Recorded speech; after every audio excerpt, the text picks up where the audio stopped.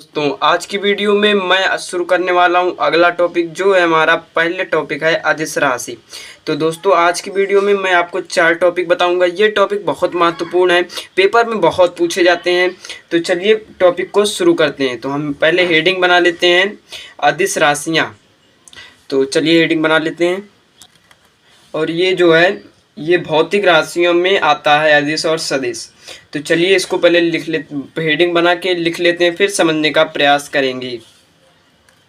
तो दोस्तों देख सकते हैं हमने बना लिया है। देख सकते हैं भौतिक राशियां, इसके मुख्य 2 अंग होते हैं और पहला है अदिश राशियां। हम अदिश केवल लिख लेंगे, हो जाएगा हमारा अदिश और इसमें हो जाएगा आपका सदिश। तो दोस्तों देख सकते हैं आप सभी हमने बना लिया है हेडिंग। तो चलिए एक एक की परिभाषा लिखते हैं। इसको मान लेते हैं 1 और इसको मान लेते हैं 2। तो पहला हमारा हो जाएगा अदिश राशि। पहले हेडिंग बना के मैं परिभाषा लिख लेता हूँ, उसके बाद आपको समझाने का प्रयास करूँगा।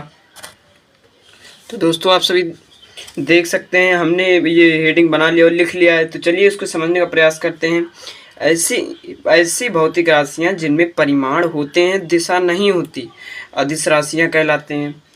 तो जिसमें मान लीजिए परिमाण है, कोई वस्तु है जिसमें परिमाण है और दिशा नहीं है, तो वही हो जाएगा हमारा अदिश राशि। इसके उदाहरण में आपका हो जाएगा विद्युत धारा।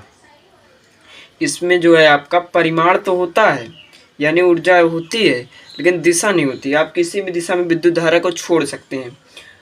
और हो जाएगा आपका विद्युत धारा हो जाएगा और आपका हो जाएगा दूरी। दूरी आपको पता है कि आपको दूरी यहाँ से यहाँ तक किस रास्ते जाना है, ये नहीं पता है। तो आपको जाना है लेकिन नहीं, ये नहीं पता है, तो वही हमारी दूरी भी हो जाएगा। तो चलिए उदाहरण में हम लिख लेते हैं। उदाहरण आपका सबसे अच्छा हो जाएगा विद्युत धारा। तो चलिए लिख लेते हैं। उदाहरण जो हमारा हो जाएगा ये हो जाएगा विद्युत धारा। विद्युत धारा सबसे अच्छा इसका है उदाहरण विद्युत धारा। तो चलिए आपको समझ में आ गया होगा। तो अगली हेडिंग हम बना लेते हैं सदिश। इसमें अदिश में आपको ये समझना है कि परिमाण होते हैं, दिशा नहीं होती। तो ये हमारा हो जाएगा अदिश राशि। दूसरा है हमारा सदिश राशि। तो चलिए हेडिंग बना के परिभाषा लिख लेते हैं, फिर समझने का प्रयास करेंगे। तो दोस्तों आप सभी देख सकते हैं हमने हेडिंग बना लिया है और लिख भी लिया है इसकी परिभाषा भी। तो चलिए समझ लेते हैं। तो इसमें हो जाएगा ऐसी भौतिक राशियाँ जिनमें परिमाण और दिशा दोनों होते हैं, सदिश राशियाँ होती हैं।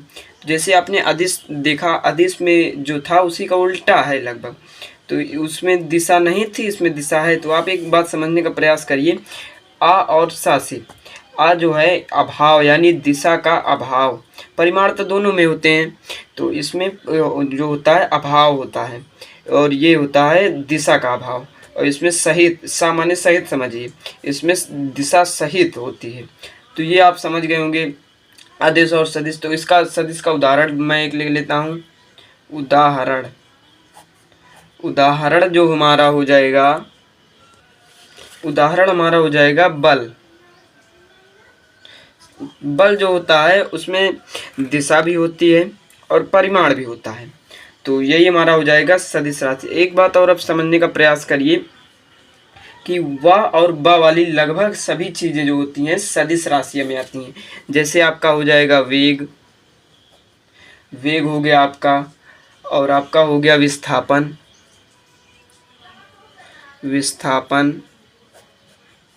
ऐसे ही आप आवेग हो गया, विद्युत हो गया, त्वरण हो गया।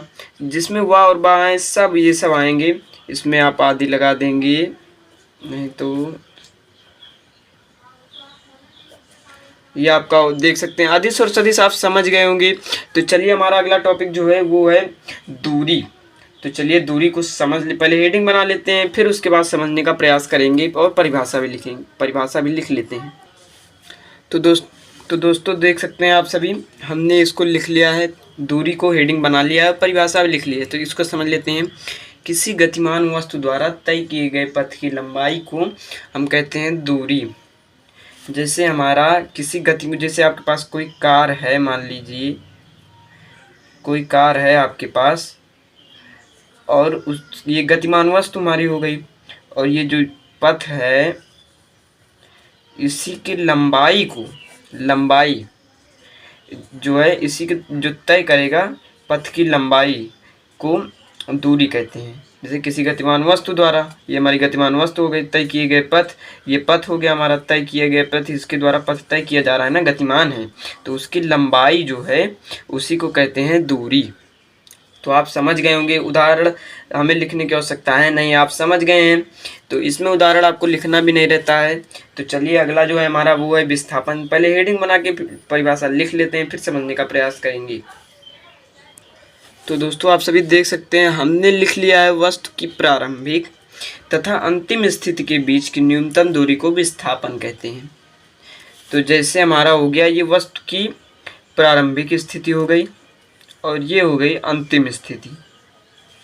इसके बीच की न्यूनतम दूरी यानी कम से कम वस्तु जो है ऐसे घूम फिर के ना जाए, वो सीधा इससे एकदम न्यूनतम दूरी, एकदम कम से कम दूरी को ही विस्थापन कहते हैं।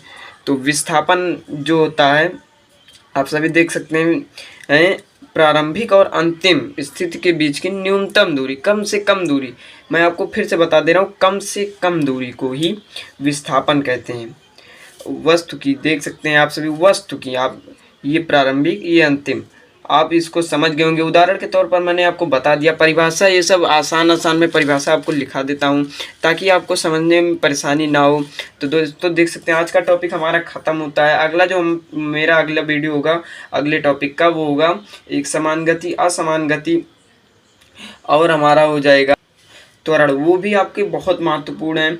तीनों टॉपिक अच्छे से पूछे जाते हैं। ये मैंने जो आपको बताया ये भी बहुत महत्वपूर्ण टॉपिक है, ये भी बहुत पूछा जाता है। तो दोस्तों आज का वीडियो यहीं पे ख़त्म होता है। मिलते हैं अगली नई वीडियो में, तब तक के लिए बाय बाय।